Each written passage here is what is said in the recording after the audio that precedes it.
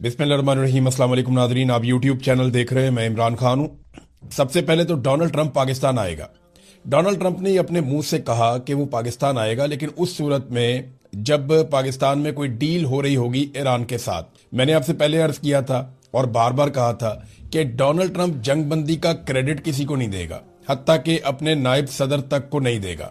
जब जंगबंदी होगी और जब कोई मामला किसी से मच जाएगा तो डोनाल्ड ट्रंप उसका क्रेडिट खुद लेगा, क्योंकि बहुत ज्यादा डैमेज डोनाल्ड ट्रंप को हुआ है अमेरिका में। डोनाल्ड ट्रंप को कितनी बड़ी फेस सेविंग लेकर दे सकते हैं आसिम मुनीर साहब, ये मुनसिर है आसिम मुनीर और ईरान के बीच में होने वाली बातचीत में। देखें, जो अमरीकी पैगामात लेकर आसिम मुनीर साहब गए ईरान में और वो पैगामात और मशवरे उन्होंने ईरान को दिए, उसके बदले में ईरान के पास भी एक डील का खाका मौजूद है। वो चीजें मैं आपको पिछले वीलॉग में बता चुका हूं। अब सादी बात यह है कि जंगबंदी हो चुकी है, जिसके ऊपर ईरान की पहली और बड़ी शर्त थी कि लबनान के अंदर फौरी तौर पे जंगबंदी की जाए, तो वहां पे जंगबंदी हो गई है। जंगबंदी का जो अनाउंसमेंट है वो डोनाल्ड ट्रंप ने कुछ इस तरीके से किया कि मेरी बात हुई है लबनान के सदर से। लबनान के सदर का नाम जोसेफ ऑन है। मेरी लबनान के सदर से बात हुई है और इसराइल के वज़ीर आज़म से बात हुई है और मैंने जंगबंदी करवा दी है। ये मेरा फख्र है कि मैं इससे कबल 9 जंगें हल करवा चुका हूं और ये मेरी 10वीं जंग है जिसे मैं हल कर रहा हूं। इन दोनों को व्हाइट हाउस में बुलवा रहा हूं। 1983 के बाद पहली मर्तबा इनके बामकसद मुज़ाकरात हो रहे हैं। अब मैं एक चीज आपको बता दूं कि जो लड़ाई हो रही है वो इसराइल और हिजबुल्लाह में हो रही है, इसराइल और लबनान की हुकूमत में नहीं हो रही। जो मुज़ाकरात हो रहे हैं वो इसराइल और लबनान की हुकूमत के हो रहे हैं। लबनान की हुकूमत भी हिजबुल्लाह के खिलाफ है और इसराइल भी हिजबुल्लाह के खिलाफ है। और जो इलाका जहां पे हिजबुल्लाह मौजूद है वो साउथ लबनान है। ये वो एरिया है जहां पे इसराइल ने अटैक किया हुआ है, यहाँ पे हिजबुल्लाह की अक्सरियत है। मैं जरा थोड़ा सा आपको बैकग्राउंड बताता हूं, आपको समझ आ जाएगा कि हिजबुल्लाह की लबनान में हुकूमत नहीं बनने दी गई। लबनान में हुकूमत जो है वो उससे हिजबुल्लाह को बाहर रखा गया है, मगर अवामी हमायत सबसे ज्यादा हिजबुल्लाह के पास है। अब अगर आप तादाद के हिसाब से देखें तो 32% शिया कम्युनिटी है लबनान में, 31% सुन्नी कम्युनिटी है, 16% ईसाई कम्युनिटी है, 7.6% यूनानी आर्थोडॉक्स हैं, 5.5% लबनान में जो हैं वो द्रोज हैं। तो ये इस तरह उनकी जो है बाकी जातें मिला के तो वो पूरा हो जाता है उनका 100%। लेकिन सबसे बड़ी कम्युनिटी अहले तिशी की है और उनकी अक्सरियत जो है 95% के करीब वो हिजबुल्लाह से वाबस्ता है। जबकि जो सुन्नी अहबाब हैं उनकी जब अक्सरियत देखी जाती है तो 33-34% वो भी हिजबुल्लाह के हमायती हैं और बाकी जगह से भी हिजबुल्लाह को हमायत मिलती है। तो हिजबुल्लाह सबसे तगड़ी बड़ी जमात है वहां पे, लेकिन वो हुकूमत से बाहर है। और वो क्यों हुकूमत से बाहर, आपको आइडिया होगा, क्योंकि देखें 16% आबादी है ईसाई और जोसेफ ऑन जो है वो वहां के ईसाई सदर हैं इस वक्त लबनान के। ये वहां की सेटलमेंट भी है, लेकिन ये चले अच्छा है, जमहूरियत में सबको मौका मिलना चाहिए। लेकिन लड़ाई इसराइल की हिजबुल्लाह के साथ हो रही है और सुलह इसराइल की लबनानी हुकूमत के साथ हो रही है। लेकिन अच्छी बात है कि सुलह हो रही है और ये ईरान का एक बड़ा मुतालबा था। ईरान की जानिब से एक सीनियर सहाफी हैं जिनको आपने बहुत सुना और उनकी बातें बहुत ज्यादा आप देखते भी रहे सोशल मीडिया पे, हर जगह पे। ये ईरानी प्रोफेसर डॉक्टर सैयद मोहम्मद मरांडी, इन्होंने ये दावा किया है, इनको आप बहुत देखते रहे हैं, कि मुझे ये मालूम हुआ है कि गुज़िश्ता रात जब नेतन्याहू ने जंगबंदी के मुआहदे की पासदारी नहीं की तो ईरान ने अमरीका को यह बता दिया था कि अगर लबनान में जंगबंदी का फौरी तौर पे ऐलान ना किया गया तो ईरान इसराइली हुकूमत पर हमला कर देगा। इस दबाव ने सूरत-ए-हाल पर असर डाला और जंगबंदी के ऐलान की राह हमवार की गई। तो डोनाल्ड ट्रंप ने इसको अपने खाते डाल लिया कि जनाब मैंने 10वीं जंग रुकवा दी है। तो अभी भी डोनाल्ड ट्रंप के दिल में एक ख्वाहिश है कि अमन का नोबेल इनाम उन्हें किसी तरह मिल जाए। बहरहाल डोनाल्ड ट्रंप को अमन का नोबेल इनाम मिले या ना मिले, वो इसकी नामजदगी करने वाले पाकिस्तानियों के पास आ रहे हैं, क्योंकि पाकिस्तानी वजीर आजम शहबाज शरीफ ने नामजदगी की थी। ट्रंप ने तारीफ की फील्ड मार्शल की और शहबाज शरीफ की। पाकिस्तानी मीडिया ने फील्ड मार्शल का ही नाम छापा है, शहबाज शरीफ की खाते में ही नहीं है। शहबाज शरीफ को तो तस्वीर से भी बाहर निकाला हुआ है पाकिस्तानी मीडिया ने कि फील्ड मार्शल आसिम मुनीर अजीम इंसान है, ईरान डील हो गई तो पाकिस्तान जा सकता हूं, ये डोनाल्ड ट्रंप ने कहा। तो ईरानी सदर को फिर आना पड़ेगा इस मामले के लिए। देखिए, अगर एक तरफ से अमरीकी सदर आ रहा है तो दूसरी तरफ से ईरानी सदर को मौजूद होना चाहिए ताकि हम पल्ला लोगों के बीच में बातचीत हो। क्या इसमें अमेरिका कुछ हासिल करेगा? आज से पहले अमेरिका का किरदार रहता था मॉनिटर का, अमेरिका का किरदार रहता था हेडमास्टर का, वो बाकियों के बीच में सुलह करवाता था और ऊपर टॉप पे बैठता था। लेकिन अब पहली मर्तबा ऐसा हो रहा है कि पाकिस्तान सुलह करवा रहा है और अमेरिका ईरान के साथ बैठेगा। जिन्हें वो किसी खाते में ही नहीं लेते थे।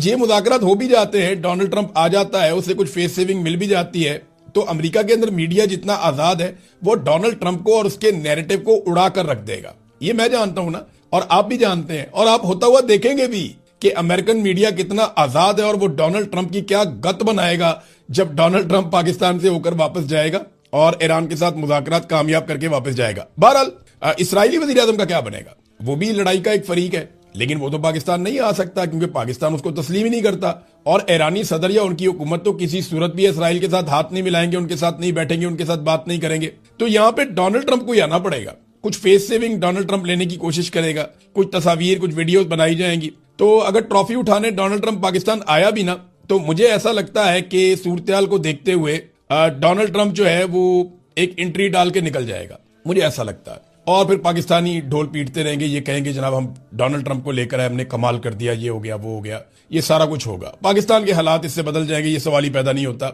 पाकिस्तान के हालात तब तक नहीं बदलेंगे जब तक कि पाकिस्तान की मिलिट्री एस्टेब्लिशमेंट अपना रवैया तब्दील नहीं करेगी। ट्रंप ने खुशखबरी सुनाई अपने सुनने वालों को। डोनाल्ड ट्रंप ने कहा कि ईरान एटमी हथियार ना रखने पर रजामंद हो गया। ये तो आयतुल्लाह अली खामनाई जिन्हें शहीद कर दिया अमेरिका ने और इसराइल ने बमबारी करके, वो तो अपनी जिंदगी में फतवा दे चुके थे कि ईरान कभी भी एटमी हथियार नहीं बनाएगा। तो ईरान तो पहले दिन से कह रहा है कि वो एटमी हथियार नहीं बनाएगा, और ये फतवा भी उनके पास मौजूद था, और आयतुल्लाह अली खामनाई की जिंदगी में तो ये हो नहीं सकता था क्योंकि फतवा दिया हुआ था उन्होंने, और ये अमेरिकन को शायद आइडिया नहीं है कि फतवे की अहमियत क्या है। बहरहाल उन्हें खुद ही शहीद कर दिया, और अब ये जो है वो ड्रम बीटिंग कर रहे हैं कि जनाब हमने ईरान को मना लिया, ईरान रजामंद हो गया कि अब वो एटमी हथियार नहीं रखेगा। हालांकि इसके ऊपर पहले से उनके पास एक फतवा मौजूद था। तो फेस सेविंग है ना, डोनाल्ड ट्रंप कभी यहां से फेस सेविंग हासिल करने की कोशिश करते हैं, कभी वहां से फेस सेविंग हासिल करने की कोशिश करते हैं। बहरहाल जो एक जंगबंदी का टाइम था इसराइल और लेबनान के बीच में, उसमें मैं आपको एक खबर दे देता हूं कि वो डेडलाइन खत्म होने के 30 मिनट बाद भी चंद देहातों में ये रिपोर्ट हुआ है कि इसराइली फौज लगातार हमला कर रही है। लेकिन वो लेबनानी हुकूमत को भी कोई इतना प्रॉब्लम नहीं है अगर हिजबुल्लाह को मारती है इसराइली फौज मखसूस एरियाज में, क्योंकि लेबनानी हुकूमत की भी हिजबुल्लाह के साथ मुखालफत है, कोई अच्छे ताल्लुकात वहां पे उनके साथ भी नहीं है। नाज़रीन, अमरीकी ऐवान नुमाइंदगान में वोटिंग हुई है और हैरान कुन सूरत बन गई, और ये बड़ी टाइट वोटिंग हुई है। डोनाल्ड ट्रंप के लिए बड़ी मुश्किल पैदा हो सकती थी। वोटिंग इस बात पे करवाई जा रही थी कि डोनाल्ड ट्रंप ईरान के खिलाफ जो जंग है वो खत्म करे, इसकी ये करारदाद थी। इसके ऊपर वोटिंग करवाई जा रही थी कि जो डोनाल्ड ट्रंप ने वॉर शुरू कर दिया ईरान के खिलाफ, उस जंग को खत्म किया जाए। 213 के मुकाबले में 214 वोट मिले डोनाल्ड ट्रंप को, यानी एक वोट का फर्क पड़ा है। और एक डेमोक्रेटिक रुकन है जेरेड गोल्डन, उसने डोनाल्ड ट्रंप के हक में वोट डाल दिया। हालांकि इसकी पार्टी डेमोक्रेट है, ये रिपब्लिकन का भी नहीं है, और डेमोक्रेट होने के बावजूद इसने डोनाल्ड ट्रंप के हक में वोट डाल दिया। अब इसे इस वक्त अमेरिका में बहुत गालियां पड़ रही हैं, पूरी कांग्रेस और पूरा मुल्क इसके खिलाफ हो गया कि ये इसराइली लॉबी के जेर असर आकर ये ईरान के खिलाफ अमरीकी जंग का हिस्सा बन गया, और इसने वोट डाल दिया उस चीज के हक में जिसके खिलाफ करारदाद पेश की गई थी। तो यही वो एक वोट है जिसने सूरत को बदल दिया। CNN डोनाल्ड ट्रंप से बदले ले रहा है जो कुछ डोनाल्ड ट्रंप ने CNN के साथ किया माजी में। बहरहाल डोनाल्ड ट्रंप ने कहा कि ईरानी फौजी कुव्वत को हमने तबाह कर दिया है, इस जंग के बाद दुनिया ज्यादा महफूज हो जाएगी। ईरान के पास सिर्फ 8% मिसाइल और चंद ड्रोन बाकी रह गए। कौन गिन गिन के बता रहा है कि 8% है मिसाइल? ईरान तो कह रहा है कि उनके पास बहुत सारे हैं। फिर इन्होंने कहा जी कुछ ममालिक ने हमें मायूस किया है और उन्होंने जंग में ताउन नहीं किया। नेटो के हवाले से डोनाल्ड ट्रंप ने कहा कि हमने नेटो पर अरबों डॉलर खर्च किए हैं, मगर वो हमारे दिफा के लिए मौजूद नहीं है, और आबनाए हुर्मत पे हमें मदद नहीं दी गई। अमेरिका का सिर्फ 1% तेल आता है आबनाए हुर्मत से, जबकि चीन 90%, जापान 95%, कोरिया अपना 35% तेल आबनाए हुर्मस के रास्ते से हासिल करता है। ये तमाम ममालिक अपने बहरी बेड़े भेजें और इनकी ये जिम्मेदारी बनती है। अब डोनाल्ड ट्रंप इन तमाम ममालिक को कह रहे हैं कि आओ और आकर मदद करो और आबनाए हुर्मत को खुलवाओ, हमसे नहीं खुल रहा। तो ये तमाम ममालिक जानते हैं कि उसको खुलवाने का सबसे आसान तरीका यह है कि जंगबंदी हो जाए, इसराइल और अमेरिका यहां से पीछे हट जाएं, तो ईरान ऑटोमेटिकली इसको खोल देगा, क्योंकि ईरान की लड़ाई अरबों के साथ तो है ही नहीं। ईरान ने तो आबनाए हुर्मुज को बंद किया सिर्फ और सिर्फ डोनाल्ड ट्रंप को तकलीफ देने के लिए, या दुनिया को यह बावर करवाने के लिए यहां जंग लगी हुई है, तुम्हें फर्क पड़ना चाहिए। क्योंकि अगर आबनाए हुर्मुज बंद नहीं होता तो अमेरिका और इसराइल चाहे 5 साल मारते रहे ईरान को, दुनिया को परवाही नहीं है, सबका तेल जा रहा है। लेकिन अगर वो बंद हो जाता है, वहां पे जहाज खतरे में आ जाते हैं, तो फिर दुनिया को फिक्र करने की जरूरत है। तो एक्चुअली ईरान ने दुनिया को झंझोड़ा है इसके जरिए से, और उसके साथ जो भी बात करता है ईरान के साथ जितने भी लोगों की बात हुई है, वो यही कहते हैं हर एक को कि जनाब आप जिन्होंने हम पे हमला किया हुआ है उनको रोकें, हम तो मजबूर हैं। वो कहते हैं जी हमारी मईशत मुतासिर हो रही है, तो ईरानी कहते हैं हमारी 40 साल से मईशत मुतासिर हो रही है, 40 साल से जायद हो गए हम पे पाबंदियां लगी हुई हैं, हम कहां जाएं, हमारे बारे में कौन सोचेगा। तो वो ईरान के पास जवाब है हर चीज का। फिर डोनाल्ड ट्रंप ने बरतानिया सबसे अहम इत्तेहादी हुआ करता था अमेरिका का। डोनाल्ड ट्रंप ने बरतानिया से कहा कि हमें बरतानिया की जरूरत नहीं है, हम पहले ही जंग जीत चुके हैं। कुछ ममालिक आबने हरमत को महफूज बनाने के लिए आगे बढ़ रहे हैं, उनका नाम नहीं लिया डोनाल्ड ट्रंप ने। कौन से ममालिक आगे बढ़ रहे हैं, क्योंकि अभी तक जिन ममालिक का पता चला, चाहे वो इटली है, जर्मनी है, फ्रांस है, स्पेन है, बेल्जियम है, बरतानिया है, ऑस्ट्रेलिया है, जापान है, साउथ कोरिया है और कनाडा है। ये मैंने 10 ममालिक का नाम तो आपके सामने मैंने ले लिया, और दुनिया के बड़े और तगड़े मुल्क हैं ये। इनमें से तो कोई इस लड़ाई के अंदर नहीं उतर रहा। अभी यूनान के 2 जो टैंकर हैं वो वहां से गुजरे हैं, तो यूनान इस लड़ाई में क्यों आएगा? तुर्की भी इस लड़ाई में नहीं आएगा। अरब ममालिक ने बड़ी समझदारी दिखाई, उन्होंने लड़ाई से अपने आप को दूर रखा। और हाँ, मैं आपको वो खबर दे दूं कि मैंने पिछले वीलॉग में आपसे कहा था ना कि ये दावा किया गया न्यूयॉर्क टाइम की जानिब से और इससे पहले वाशिंगटन पोस्ट की जानिब से कि डोनाल्ड ट्रंप ने जो कुछ भी ईरान के साथ किया, इसके पीछे मोहम्मद बिन सलमान डोनाल्ड ट्रंप से मुबैना तौर पर यह खबरें छापी गई कि वो कह रहे थे कि ये करो। लेकिन एक मरतबा फिर सऊदी अरब से जो सोर्सेज हैं उन्होंने तरदीद की है। उन्होंने कहा जी ऐसा कुछ मोहम्मद बिन सलमान ने नहीं कहा, और ये लड़ाई जो है वो हमारे गले ना डाली जाए। तो सऊदी अरब तो बार बार ये कहता है कि हम लड़ाई नहीं लड़ना चाहते ईरान के साथ, हम पुरअमन तरीके से रहना चाहते हैं। एक और चीज डोनाल्ड ट्रंप ने जब सवालात पूछे गए तो उन्होंने कहा जी मुझे नहीं पता कि आयतुल्लाह मुश्तबा खामनई जिंदा हैं या नहीं है, लेकिन ये बात बहुत सारे लोग कहते हैं कि वो जख्मी है या माजूर हो चुके हैं। इस किस्म की बातें डोनाल्ड ट्रंप ने की। फिर उन्होंने कहा जी ईरान की सारी क़यादत खत्म हो गई है, हम किससे मुज़ाकरात करें हमें मालूम नहीं है। 100 से ज्यादा बहरी जहाज उन्होंने कहा जी हमने तबाह कर दिए। नाज़रीन, इमरान खान ने कहा था एब्सोल्युटली नॉट, और वो इमरान खान साहब के गले की हड्डी बन गए। तब से लेकर अब तक इमरान खान साहब की मुश्किलात कम नहीं हो रही। इमरान खान साहब जेल में पड़े हैं और उनके ऊपर कोई मुकदमा नहीं है। इमरान खान के बदतरीन मुखालिफिन या पाकिस्तानी एस्टेब्लिशमेंट से ताल्लुक रखने वाले दानिश्वर और सहाफी, वो ये बड़ी क्लैरिटी के साथ पैगाम पहुंचाते हैं पाकिस्तानी कौम को कि इमरान खान किसी मुकदमे में जेल में बंद नहीं है। वो मुकदमा कोई ऐसा नहीं है जिसकी वजह से इमरान खान को, साबिक वजीर आजम को जेल में डाला जाए। वजह सिर्फ इतनी है कि इमरान खान की एस्टेब्लिशमेंट के साथ लड़ाई हो गई, आलमी एस्टेब्लिशमेंट के साथ भी और पाकिस्तानी एस्टेब्लिशमेंट के साथ भी। तो पाकिस्तानियों को ना किसी धोखे में नहीं रहना चाहिए। खुले दिल से आप इस हकीकत को तस्लीम करें और खुले दिल से आप इस बात को माने कि पाकिस्तान ने अमली तौर पर ऐलान तो नहीं किया, लेकिन इसराइल को तस्लीम कर लिया। आप खुले दिल से इस बात को मान लें। पाकिस्तानियों को यह बात मान लेनी चाहिए, अपने आप को धोखे में नहीं रखना चाहिए। जो पाकिस्तानी है ना, वो किसी सूरत हार मानने को तैयार नहीं है। आसिम मुनीर साहब और उनकी टीम मुकम्मल तौर पे नाकाम हो गई है। जिब्रान अलियास साहब है, उन्होंने इस पे 4 चीजों की निशानदेही की है जो आसिम मुनीर साहब और शहबाज शरीफ के रिजीम ने तबाह की है।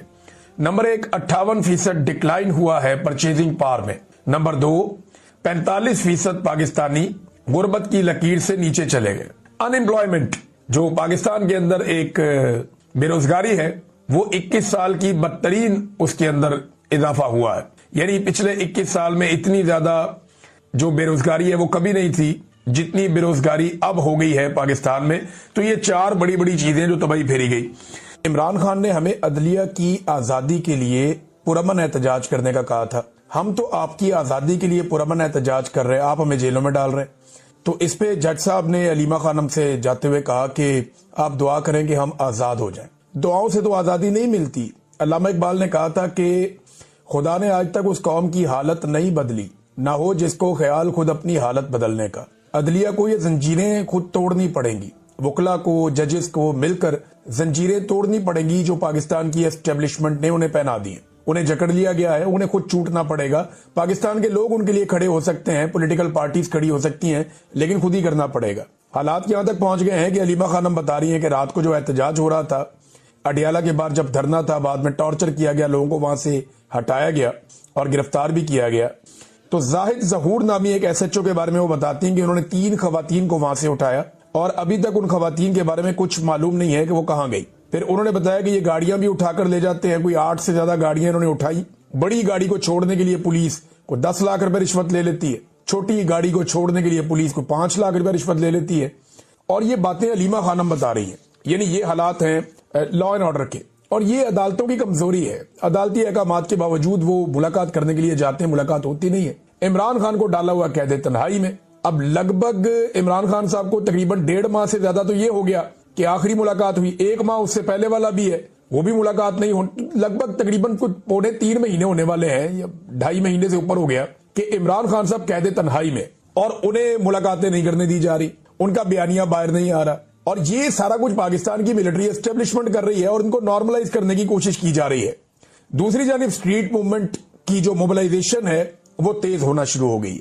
देखिए, मैं आपको एक चीज क्लियरली बता दूं, जो मेरे सुनने वाले लोग हैं ना, उनको मैं एक क्लियर लाइन ड्रॉ कर देता हूं। स्ट्रीट मूवमेंट कोई और चीज है, स्ट्रीट मूवमेंट के लिए मोबिलाइजेशन कुछ और चीज है। मोबिलाइजेशन होती है कि आप लोगों के अंदर विजुअल्स क्रिएट करते हैं, आप जगह जगह जाते हैं, जलसे, जुलूस, रैलियां, ये सारी चीजें होती हैं, ये मोबिलाइजेशन है। स्ट्रीट मूवमेंट के लिए मोबिलाइजेशन। लेकिन जो स्ट्रीट मूवमेंट की प्रॉपर तैयारी है वो गली मोहल्ले में हर जगह पे हर बंदे की ड्यूटी, हर नौजवान को पता है उसने कितने बजे कहां जाना है, क्या ड्यूटी करनी है, बाकायदा नाम लिखे जाते हैं, टेलीफोन नंबर उसके ऊपर मौजूद होते हैं, सारी डिटेल्स होती है, वो पूरा एक ऑर्गेनाइज तरीके से चलता है। वो अभी काम शुरू नहीं हुआ, लेकिन मोबिलाइजेशन का काम बहुत तेज हो रहा है। आजाद कश्मीर के अंदर जो है वो बड़ा एहतजाज हुआ है और ये स्ट्रीट मूवमेंट के लिए मोबिलाइजेशन का काम हो रहा है। नियाजी साहब वहां पे इमरान खान साहब के बड़े वफादार साथी हैं, वो वहां पे काम कर रहे हैं। बलूचिस्तान के अंदर बहुत बड़ी बड़ी रैलियां निकली नाज़रीन, मैं तो देख के, मैंने जो पहले मनाते देखे मुझे लगा शायद ये खैबर पख्तूनख्वा है, लेकिन बाद में पता चला बलूचिस्तान है। तो बलूचिस्तान में तो बहुत बड़ा इनकलाब तैयार है। जिस तरह के मनाजिर मैंने देखे, जैसी रैलियां देखी, जैसे लोगों के इज्तिमा देखे, ऐसे तो कोई पॉलिटिकल पार्टी भी वहां कर भी नहीं सकती। तो बलूचिस्तान से भी ये सूरत हाल है। खैबर पख्तूनख्वा में स्ट्रीट मूवमेंट की मोबिलाइजेशन की वीडियोज आ रही हैं, लगातार आ रही हैं, लेकिन जो टेक्निकली स्ट्रीट मूवमेंट होती है उसकी मोबिलाइजेशन तो शुरू हो गई है, लेकिन वो अमली तौर पे भी ग्राउंड के ऊपर काम प्रॉपर शुरू नहीं हुआ। नादरीन ने एक स्टेटमेंट दिया ताहिर अशरफी ने, वो स्टेटमेंट में यहां जरूर आपको पढ़ के सुनाना चाहता हूं। ताहिर अशरफी ने कहा कि, और ये मुलाकात की है इन्होंने अभी डीजीआईएसपीआर से, कभी ये आर्मी चीफ को मिल लेते हैं, फील्ड मार्शल को, कभी डीजीआईएसपीआर को, कभी किसी और को। तो ये पाकिस्तान की फौज ने मौलवियों का एक जत्था घेरा हुआ है। ये 14 मौलवी हैं, कभी उधर जाते हैं, कभी उधर जाते हैं, कभी उधर जाते हैं। ये 14-15, ये 2-3 दर्जन मौलवी हैं, और ये सारे दरबारी और सरकारी मौलवी हैं। कभी वज़ीर आज़म बुला लेते हैं, कभी ओहदे मिल जाते हैं। तो ताहिर अशरफी ने कहा जी कि कौम और फौज के इत्तेहाद से जंगों को जीता जाता है। खैबर पख्तूनख्वा के अवाम फौज के साथ खड़े हैं। देखें, खैबर पख्तूनख्वा के अवाम कहां खड़े हैं, जरा वहां जाके आपको भी पता करें, मौलवी साहब को पता चले कहां खड़े। खैबर पख्तूनख्वा के अवाम कई दहाइयों से रस्ते में खड़े, कई दहाइयों से वो अपने घर ही नहीं जा पाए, कई दहाइयों से वो खैमों के अंदर और कैंपों के अंदर खड़े। खैबर पख्तूनख्वा के अवाम कई दहाइयों से नाकों पे खड़े और जनाजों में खड़े। अब खुदा का वास्ता इनको थोड़ा बैठ के सांस लेने दें। कब तक आपने इन्हें खड़ा रखना और कब तक आपने इनका खून बहाना है? इसके ऊपर ये खुर्रम ज़ीशान साहब का एक ट्वीट है, मैं ये जरूर आपको पढ़ के सुनाना चाहूंगा। इन्होंने दिखाया है कि ये खैबर पख्तूनख्वा के अवाम खड़े, इसमें बहनें भी खड़ी हैं, भाई भी खड़े हैं, और लंबी एक लाइन है जिसमें टूटी फूटी पुरानी गाड़ियों के अंदर लुटे पुटे काफिले वादी तीरा को छोड़कर आ रहे हैं। इनके ऊपर इल्जाम लगाया जाता है, जनाब ये बड़ा पैसा बनाते हैं, ये करते हैं, वो करते हैं, स्मगलर्स हैं। ये इनकी हालत देखें आप। क्या इस्लामाबाद और रावलपिंडी में बैठे हुए जो स्मगलर्स हैं उनके पास पैसा ज्यादा है या इनके पास ज्यादा है? इनकी गाड़ियों के टायर तक तो देखें आप, कहीं से फटे हुए हैं, वो पुराने हैं। गाड़ियों की हालत देखें आप, जो किराए की गाड़ियां लेकर उनके ऊपर, इनके पास तो प्रॉपर वो बक्से भी नहीं है सामान रखने के लिए, पोटलियों में भर भर के लेकर आ रहे हैं। ऊपर से वो अम्मार सोलंकी का जो ISI वाला अकाउंट है, मुबैना